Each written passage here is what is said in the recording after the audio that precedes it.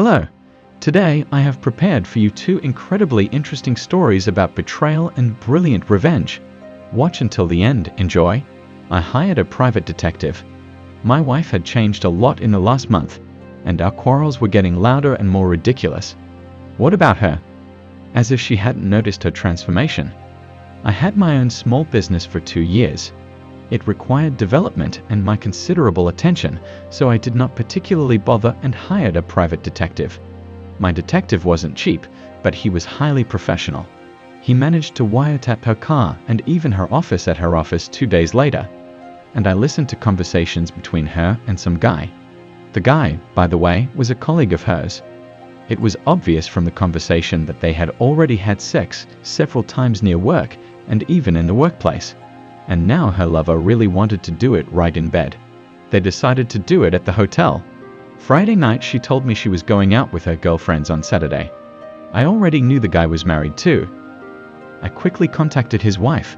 We met up.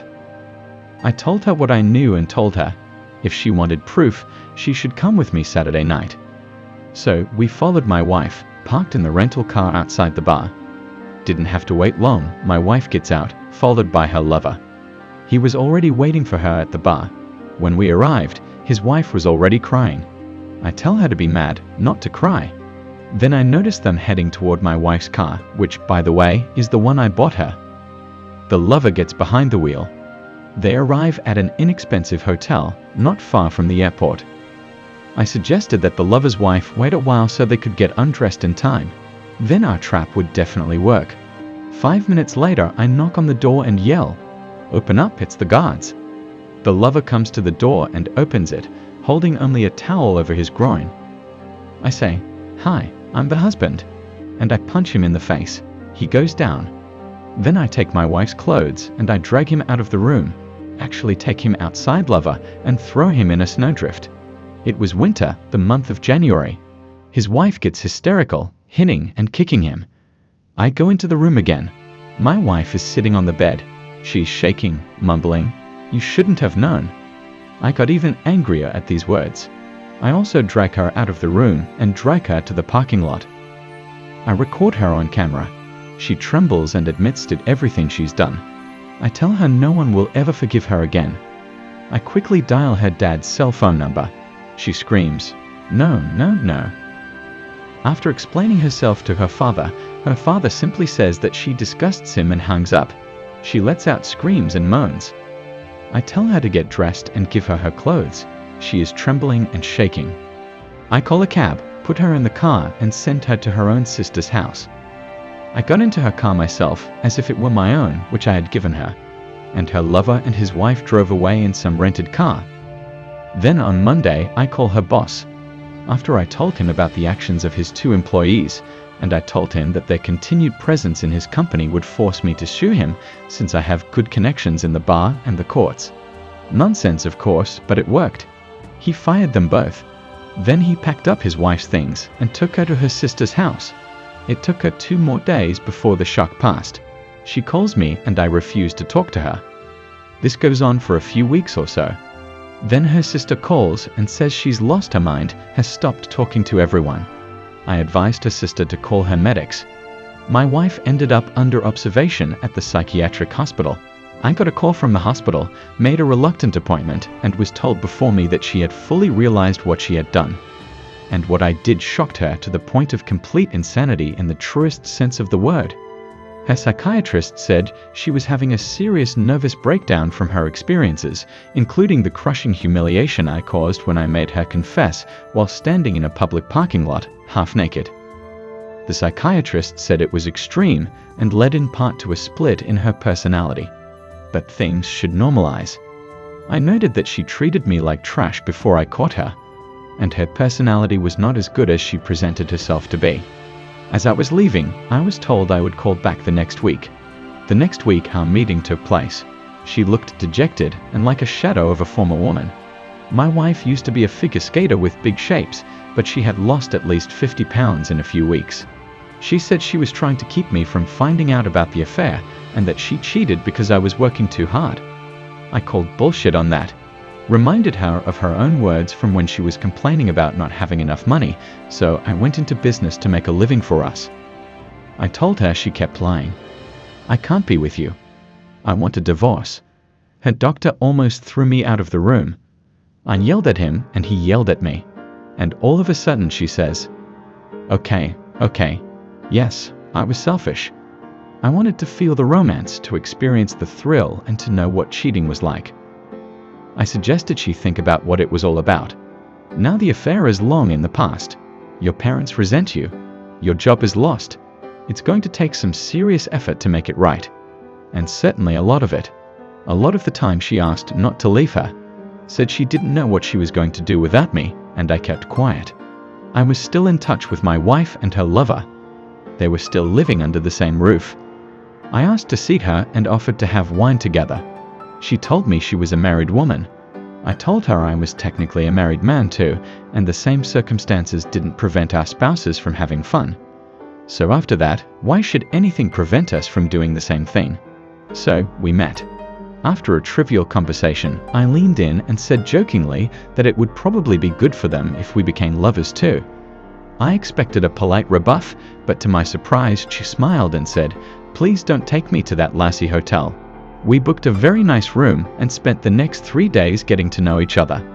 And that went on for about 2 months, while I was thinking about what to do next.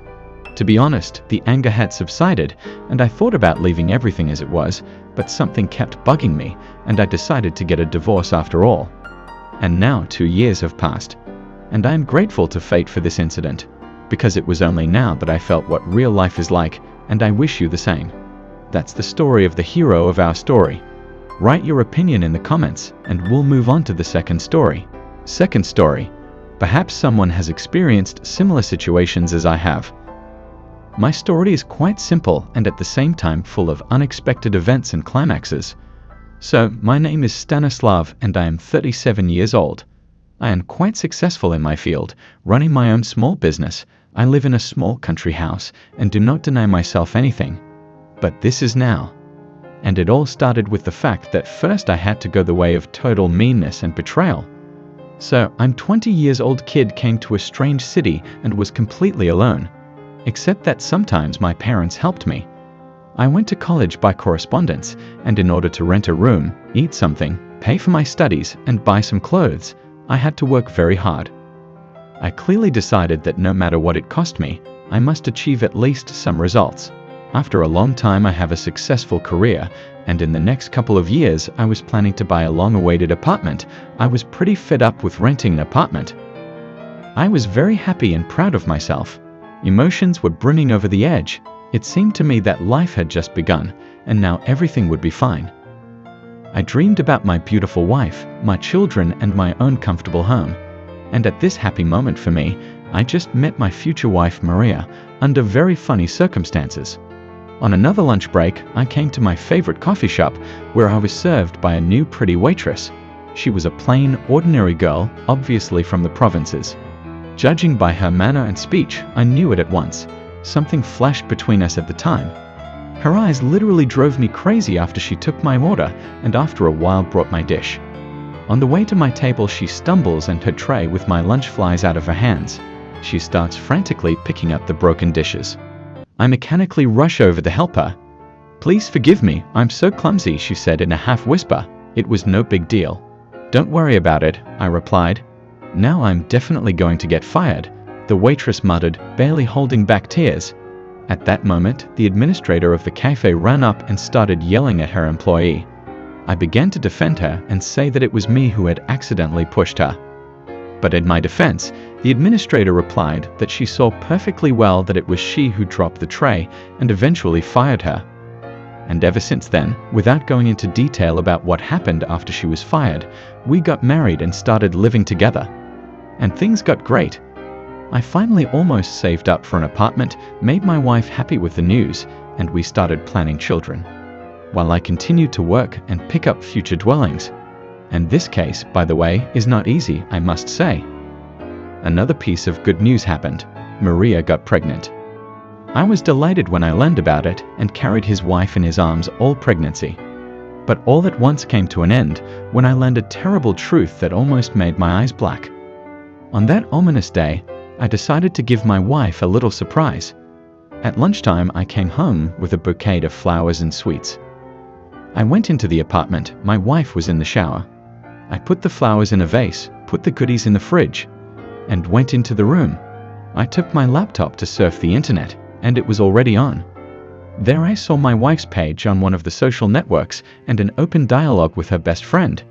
And what I read there made me pale with horror and turned my whole life upside down.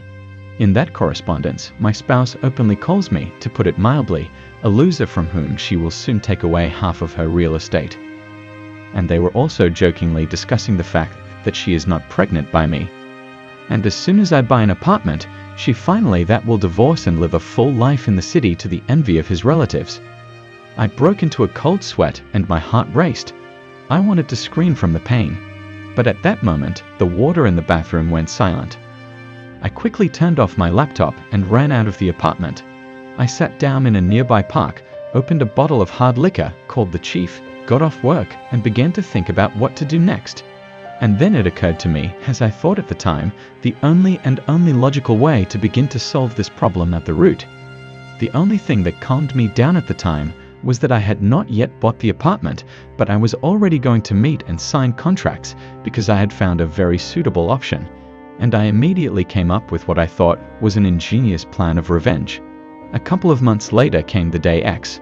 I have to say right away that all this time I pretended to know nothing and continued to play, as my wife put it in her correspondence, the naive loser. At one point I called her and told her that I had bought the apartment and signed all the contracts and that she could come right now and see our new little nest. In 15 minutes a cab would come for her. My wife was overjoyed, as evidenced by her enthusiastic shouting into my phone. After the appointed time, my wife got into a cab and drove to the appointed place. When she got out, she was pretty surprised and didn't understand what was going on, because the cab driver took her not to the doorway of her new panel house, but to the train station. After which I texted her, "My dear wife, I hasten to please you with the news that I changed my mind about buying an apartment and decided to buy myself a house." Why myself? Because we are getting a divorce. Half of the real estate from the naive loser will not be taken away, because after your plans, I, with the best lawyer in town, has drawn up all the papers on the parents. I wish you all the best for you and your future child. I think you have already guessed that if anything happens, I will have no trouble getting a DNA test. Good luck, sweetheart, finding not a naive guy in love to hang on to in the city, but a lot of brains to hang on to in life. And since then we divorced, and I never saw her again. I do not strive to build a serious relationship. I live for my own pleasure.